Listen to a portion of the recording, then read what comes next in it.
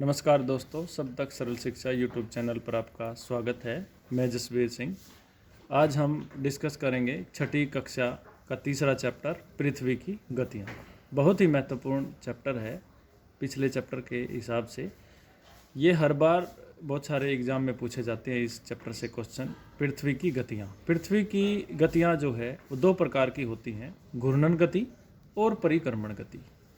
इस चैप्टर में और इस लेक्चर में हम डिस्कस करेंगे कि घूर्णन गति क्या होती है, परिक्रमण गति क्या होती है और इन दोनों से क्या फ़ायदे हैं, क्या चीज़ें हम जान पाते हैं। आइए समझते हैं। आप जैसा कि जानते हैं, पृथ्वी जो है वो झुकी हुई है अपने कक्षीय तल पर। पृथ्वी अपने कक्षीय समतल पर 66.5 डिग्री के कोण पर झुकी हुई है और लंब के हिसाब से जो है कक्षीय समतल पर लंब, ये कक्षीय समतल है और इस पर ये लंब है।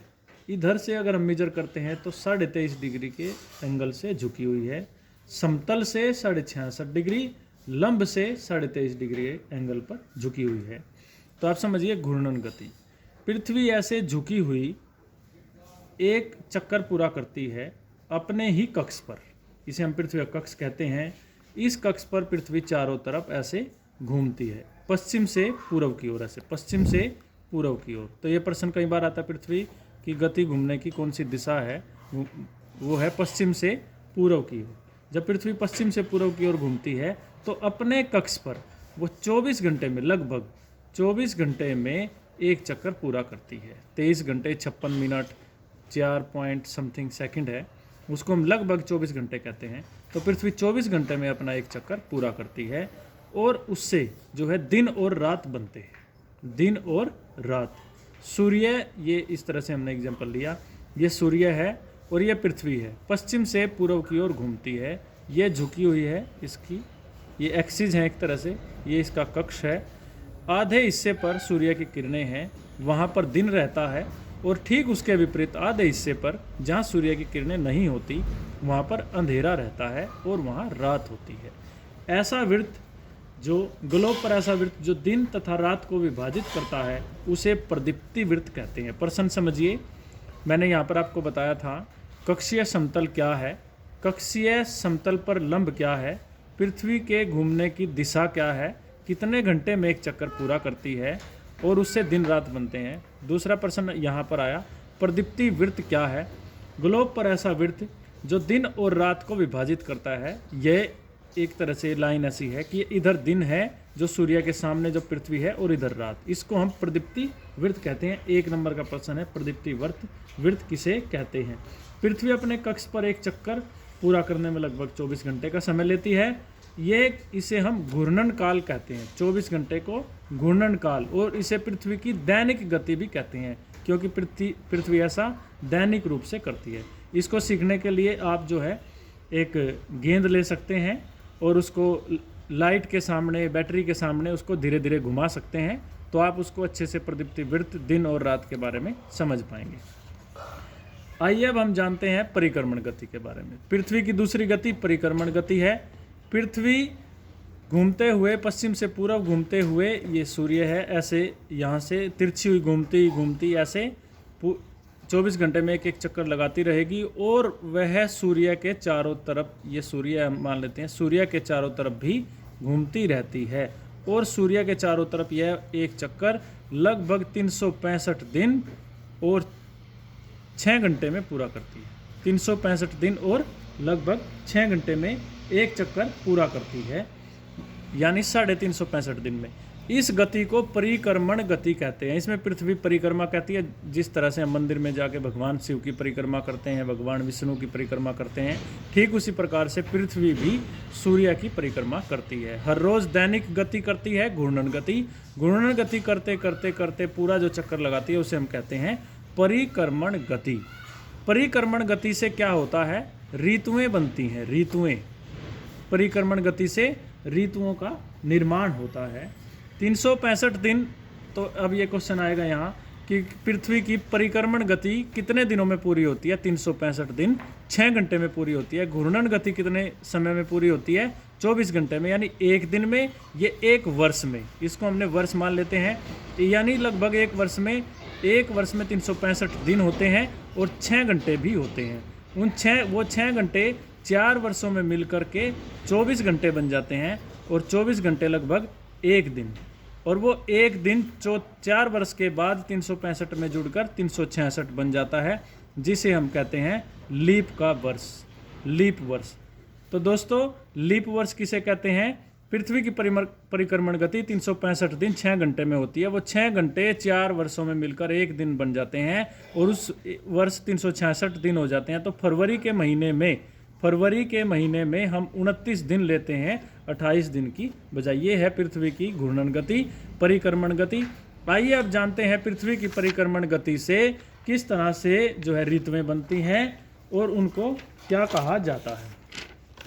इस डायग्राम के माध्यम से आप समझते हैं, बीच में हमने सूर्य लिया है, ये पृथ्वी झुकी हुई है जो अपने अक्ष पर, और ये पश्चिम से पूर्व की ओर ये परिक्रमा करती है सूर्य की।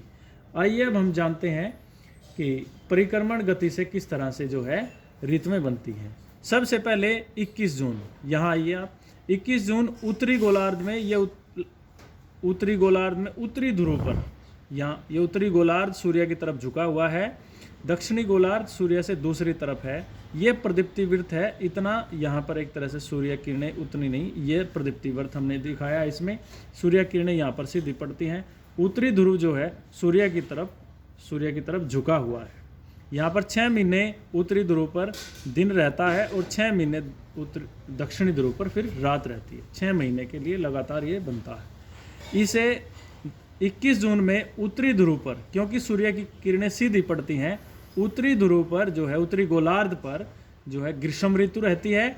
ये गोलार्ध है, 0 डिग्री अक्षांश रेखा से ऊपर का हिस्सा उत्तरी गोलार्ध, नीचे का हिस्सा दक्षिणी गोलार्ध। उत्तरी गोलार्ध में जो है ग्रीष्म ऋतु रहती है और दक्षिणी गोलार्ध में शीत ऋतु रहती है।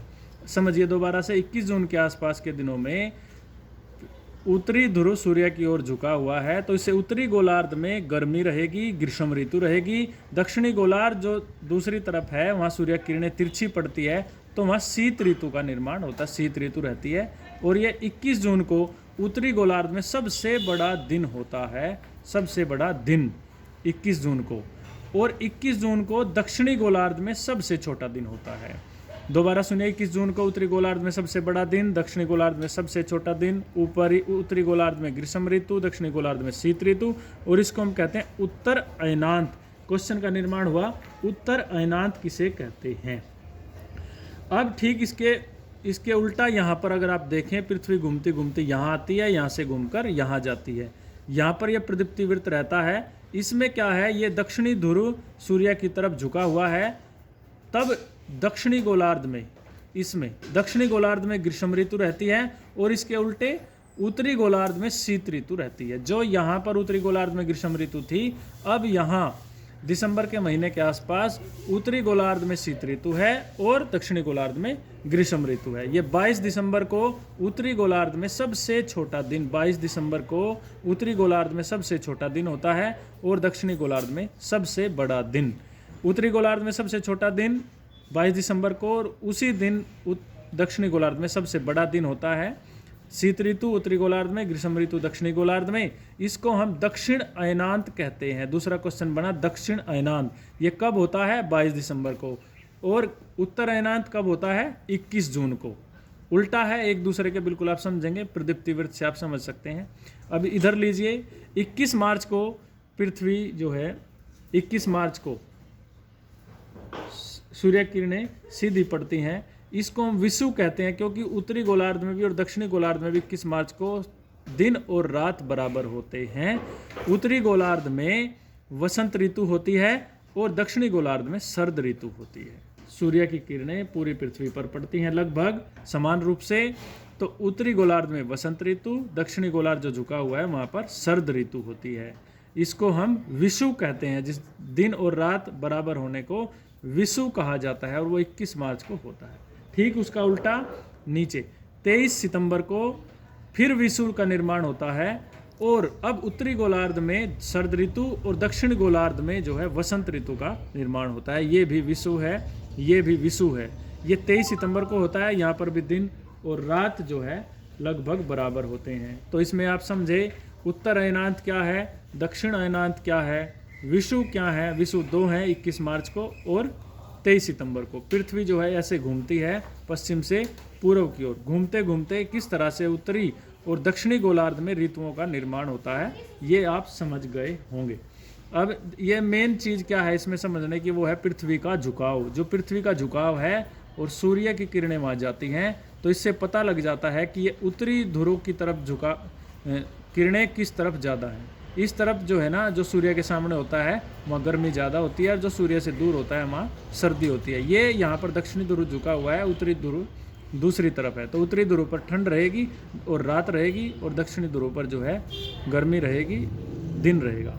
तो इस वीडियो में, इस लेक्चर में आप समझे पृथ्वी की घूर्णन गति क्या है, परिक्रमण गति क्या है, घूर्णन गति कितने दिनों में होती है, परिक्रमण गति कितने दिनों में होती है, प्रदीप्ति वृत्त क्या है, समतल पृथ्वी का कक्षीय समतल क्या है, परिक्रमण गति से दिन रात कैसे बनते हैं, लीप का वर्ष क्या है, दक्षिण अयनांत उत्तरी अयनांत क्या है, और विषुव क्या है।